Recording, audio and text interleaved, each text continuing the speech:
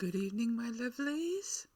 And tonight I'm talking about music because I love music so much.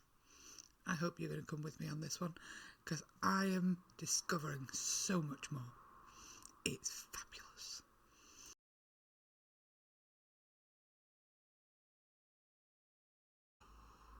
So, my lovelies, we're talking music because, like many people, I have found myself here in part due to Ren. Not entirely, but in part. Now, I have always loved music. It has been a lifelong passion, even though I am terrible at playing and I can't sing. I've already established this one. But Ren rekindled something in me. The breadth of genres and the expanse of his talent and his sheer lyricism have reminded me just how much I love music. And I'll be quite frank, music has been a vast part of my life.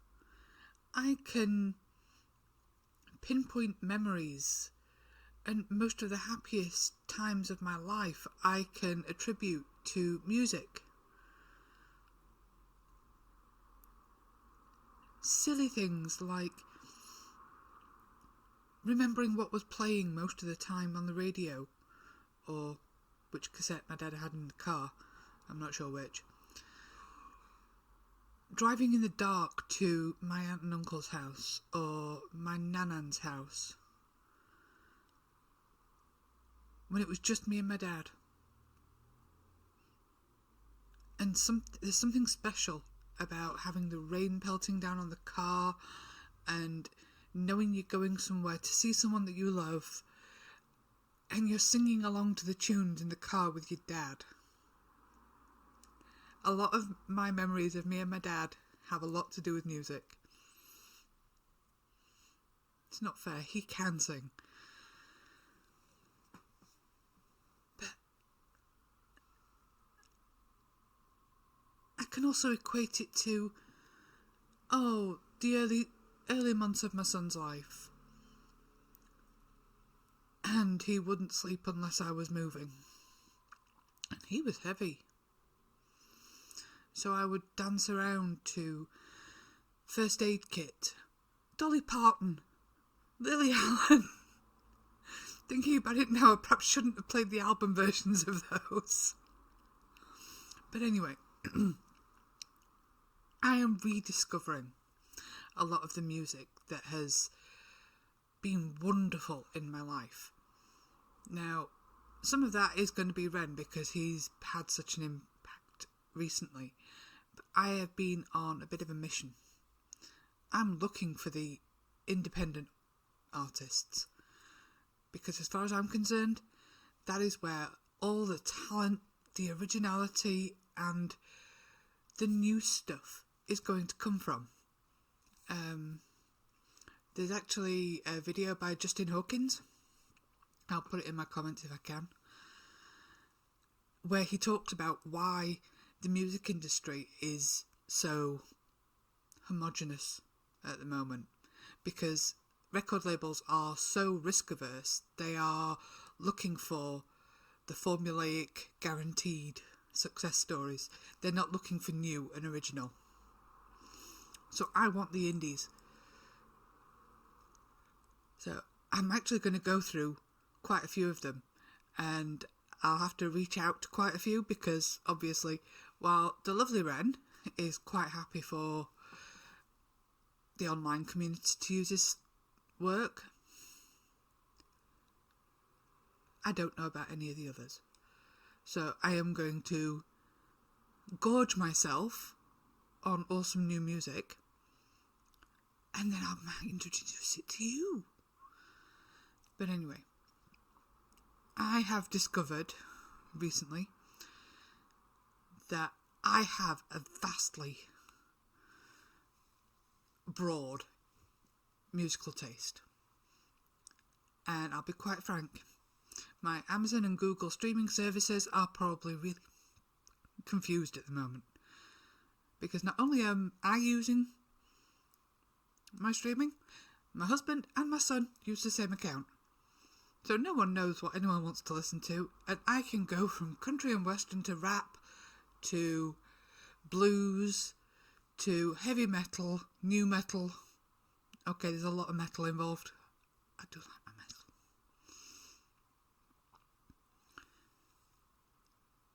And you should hear the autoplay, it's amazing. I can go from Elvis to Bon Jovi in two songs, which is quite amazing. So, I'll talk about music in the abstract for the moment, because it's just so emotive, and I know not everybody feels that way about music. My husband can walk in on me absolutely blubbing and looking like a punching bag because a song has touched me so deeply that I am just weeping. And at other times he'll find me dancing around the kitchen like an absolute lunatic. I just hope no one ever catches that one on video. He doesn't feel music that way. He has occasional songs that touch him in his soul, but not many. Whereas for me, music touches every part of me. It can make my skin tingle, it can make my heart race, it can make my brain do wonderful things. And I'm not just talking about music with lyrics here, I'm talking about instrumental stuff, I'm talking about original soundtracks that are absolutely awesome for concentration. For some reason, there's a whole raft of YouTube videos with Harry Potter soundtracks for studying. I don't get that myself. My personal favourite is the original soundtrack to King Arthur, Legend of the Sword, the one with Charlie Hunnam. Love the soundtrack to that. And I get a lot done while I'm listening to it. Probably because I don't sing along. But the other aspect of why I love music so much touches me here, and it makes my soul do things. But it also makes me want to move. Now, what you might not know, not many people do, I danced for a lot of years, from being 4 to mid-teens. And I only really quit when I blew my knee out. But dancing, moving to music, makes me very happy. And when music can, well, anything can touch you on that kind of level that can move your heart, soul, your mind, and your body, I think it's time to explore a bit more. And this is where Ren has led me. He got me very excited about music again. So, I'm very excited, and there is going to be a lot of music coming up, because I find that music can change. It can change with the person, it can change with the singer, it can change with the mood, the environment, and excuse me, I'm getting a bit excited here. It changes with the listener. One person hearing one set of lyrics will take meaning from that another person doesn't, and vice versa. And that's not to say that either is wrong. yes, the original writer and performer might have their meaning out there for everyone to find out. It's like when Ren tells his stories in the chapters. Yes, I've heard his stories, but sometimes that's not how his music takes me. And I think that is the beauty of it. There are so many messages that can be overlaid or reinterpreted to mean so much to so many people. And that, it's the Ren effect, isn't it? It can bring so many people together, loving and appreciating and connecting with a single body of work. But we're all touching it and feeling it in different ways. And I think that happens with a lot of music. Some of the greatest songs of all time that have been covered by dozens of people hit differently from different artists.